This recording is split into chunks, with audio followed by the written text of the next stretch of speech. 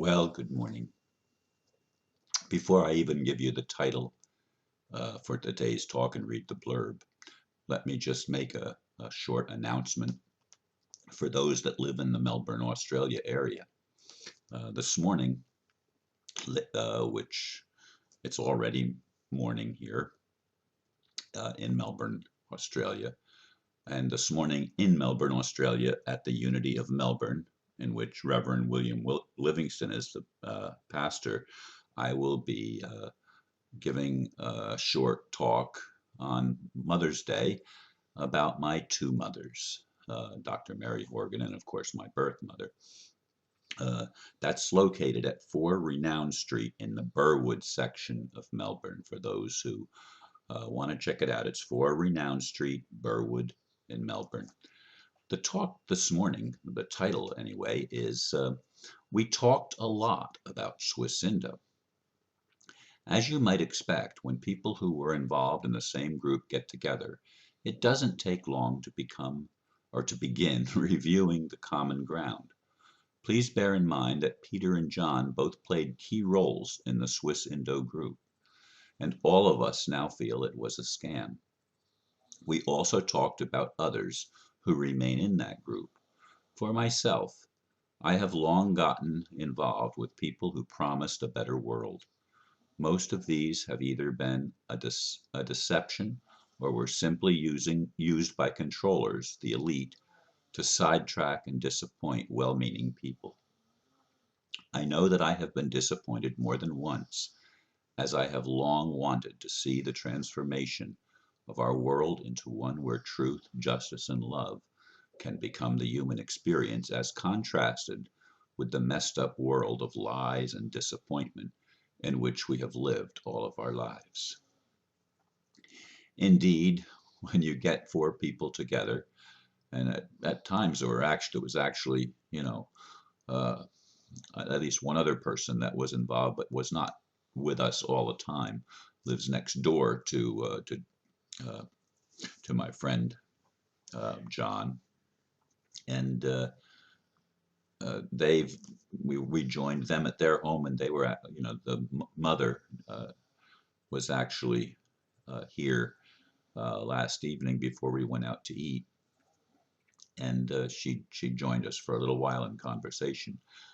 But we, as you would expect, and as I said in the blurb, we talked a lot about what we had experienced together, and I learned things that I didn't know before, and gave my opinion on things. But bear in mind that I actually left Swiss Indo when the ambassador came along and held out a bigger carrot.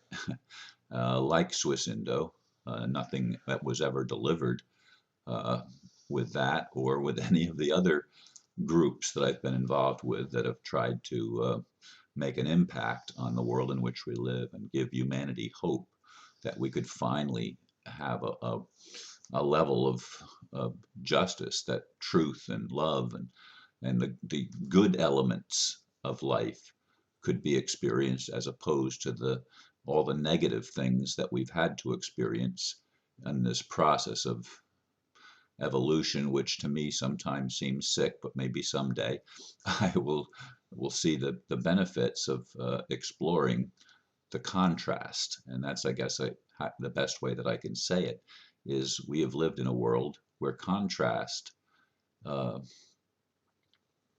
is is the human experience, and the contrast comes because we innately want to see the good, but we often see the exact opposite. We see the depravity of people who have risen to positions of power and utilize those positions to infringe on not only the rights, but to actually destroy people's lives and take people's hope away and undermine everything that's decent and good.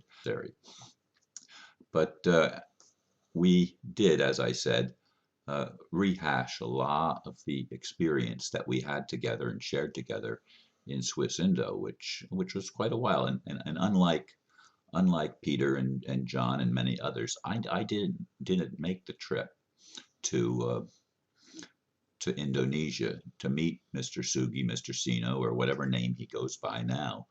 Uh, I was never involved in that, but uh, they put out lots of money and lots of effort as well to bring about the dream that Swiss Indo provided us, and none of them were ever reimbursed 1 cent for the money that they spent on their trip. And Peter ended up helping several other people that did not have the funds to go there, and he actually paid their way to go to Indonesia and was not only not reimbursed for the trip itself, but they were told when they got there that they would be uh, put in a nice hotel and that would be provided. Well, that was a lie too.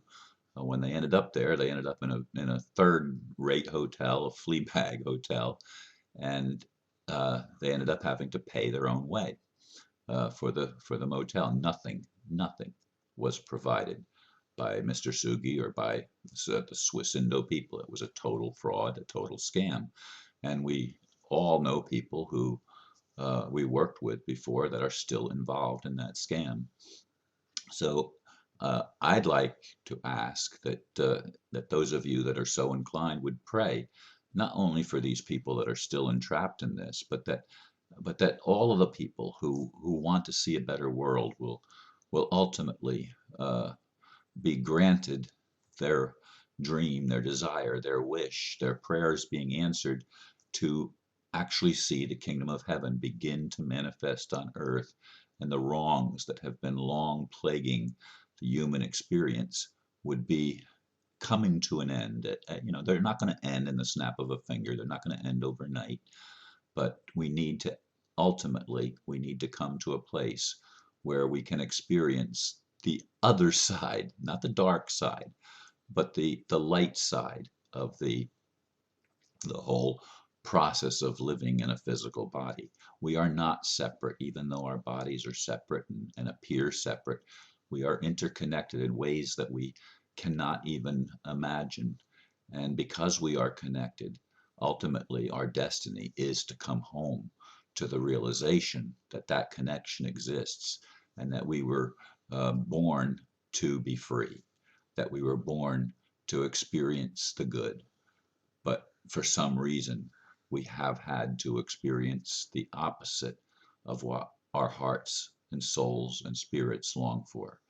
So keep the people that have been involved in this in your prayers, including myself, and get involved yourself as best you can in bringing about for all of humanity the world that we have envisioned, and the world that we deserve as children of the living God. Thank you very much for listening, and namaste.